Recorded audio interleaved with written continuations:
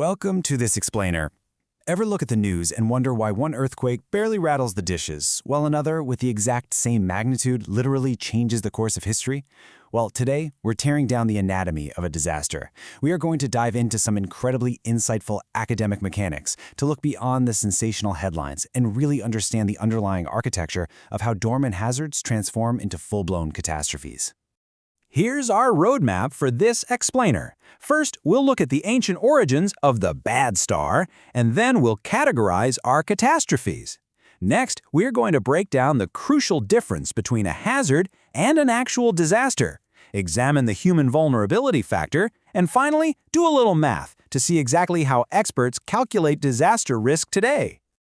All right, part one, defining the bad star and the origin of the word disaster. Let's kick things off with a little etymology, because honestly, it grounds this heavy topic perfectly. The word disaster actually comes from the French words de, meaning bad, and astre, meaning star. Hundreds of years ago, people literally believed that massive, catastrophic events were just the result of being born under an unfavorable or bad star. It was totally seen as an act of the cosmos, something completely out of our hands. But while our ancestors playfully, or maybe fearfully, blamed the heavens, our modern definition is much more grounded. Today, experts define a disaster as a severe disruption that brings immense misery and, crucially, completely overburdens a community to the point where it exceeds their ability to cope using their own local resources. But here's a twist you might not expect: the silver lining. When we think of disasters, we naturally focus 100% on the heavy stuff, the trauma, the immediate emergency, the massive interruption to normal life, and fair enough. But drawn straight from the academic research, there is another side to this coin. Alongside the damage, disasters can uniquely spur profoundly positive avenues of growth. They can force rapid development, trigger incredible bursts of innovation, and push communities to share resources like never before. They basically force a reset that can build intense long-term resilience. So to actually harness those positive outcomes and, mitigate the terrible ones, experts manage disasters through a continuous three-phase cycle. Disaster management isn't just rushing in with sirens blaring after tragedy strikes. It's an ongoing loop. You've got the pre-disaster phase for deep, careful preparedness, the during-disaster phase for immediate response, and the post-disaster phase focusing heavily on recovery. It's this holistic effort to prevent avoidable loss before the next bad star aligns. Moving on to Section 2, categorizing our catastrophes into natural versus man-made. First up, natural disasters. These are your naturally occurring geophysical, hydrological, or climatological phenomenons, and they generally fall into two buckets: rapid onset or slow onset. Rapid onset is exactly what it sounds like: an earthquake, a volcanic eruption, a tsunami. Boom, it happens in an absolute instant. But then you have slow onset events. Think of a drought, which slowly tightens its grip and gradually squeezes the life out of an agricultural region over months or years. This category also covers weather events like floods and cyclones, and biological threats like epidemics. Then, on the flip side, we have technological or man-made disasters. Look at these categories: complex emergencies, conflicts, famines, displaced populations, industrial explosions. These usually happen right in or right next to human settlements because they stem directly from human actions, environmental degradation, or massive systemic failures. Famine, for example, is rarely just a lack of rain. It is almost always a complex disaster born straight from poverty, mismanagement, and human conflict. So the key takeaway here is contrasting the Earth's unstoppable physical forces with catastrophes born directly from human intervention. However, it's really important to note that many modern disasters are actually compound emergencies.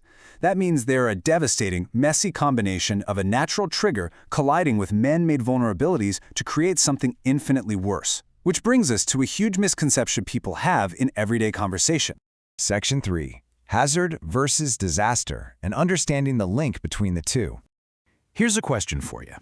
Does a natural or man-made hazard automatically guarantee a disaster? Take a second to really think about that. If a colossal avalanche drops 1 million tons of snow in a completely uninhabited mountain range where no one lives and zero infrastructure exists, is it a disaster? Well, the academic consensus is a solid no. A hazard is really just a dormant potential for harm. Our sources define it as a latent, sleeping threat to human life and goods that requires a specific trigger to wake it up. Think about a chemical plant sitting in the middle of a populated suburb, or a tectonic fault line sleeping 5 miles underground. Those are hazards. They are extremely dangerous, sure, but until they are actually triggered, they are not disasters. And this illustrates the difference brilliantly. The hazard is the loaded gun. The disaster is the tragic outcome when the gun goes off and a community just doesn't have the capacity to cope with the bullet. You can have hazards everywhere: steep slopes prone to landslides, coastal cities prone to massive storm surges. But a disaster only materializes when that trigger activates and slams into a society that cannot withstand the blow. Which naturally leads us to Section 4, Human Vulnerability, the missing link. If a disaster requires a failure to cope, we absolutely have to figure out what weakens a community in the first place. That's vulnerability. It's the human dimension of disasters, representing the systemic weaknesses that a hazard exploits. Essentially, vulnerability is the measure of a community's resilience and coping capacity. Natural hazards don't go out of their way to maliciously target people, they just brutally expose the deep-rooted vulnerabilities that are already there. And as we can see mapped out here, vulnerability isn't just about weak concrete or living on a floodplain. It is so much deeper. Material and economic vulnerability means a population literally just lacks resources. Social vulnerability is the breakdown of local institutions. You've got ecological degradation, and even educational and political vulnerability, where a lack of knowledge or a lack of representation leaves marginalized populations completely defenseless. This is exactly why disasters almost always hit the poorest populations the hardest. All right, final stretch. Section 5, calculating risk and the disaster equation. So what exactly is risk to a disaster management expert? It's not just a gut feeling. Risk is the mathematically calculated probability of harmful consequences. We're talking the exact likelihood of death, injury, or severe economic disruption. And this risk doesn't just randomly exist in the universe. It is the specific mathematical result of interactions between those dormant hazards we identified earlier and the vulnerable conditions of the populations exposed to them. Okay, let's unveil the grand equation. Risk literally equals hazard multiplied by vulnerability. It is a mathematical product. Think about the math here. If your hazard is a massive Category 5 hurricane, but your vulnerability is absolute zero because every single building is an impenetrable bunker and citizens are totally prepared, your risk is basically zero.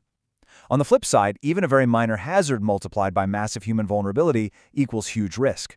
Since we usually can't stop the hazard, if we want to reduce disaster risk, we absolutely have to reduce human vulnerability.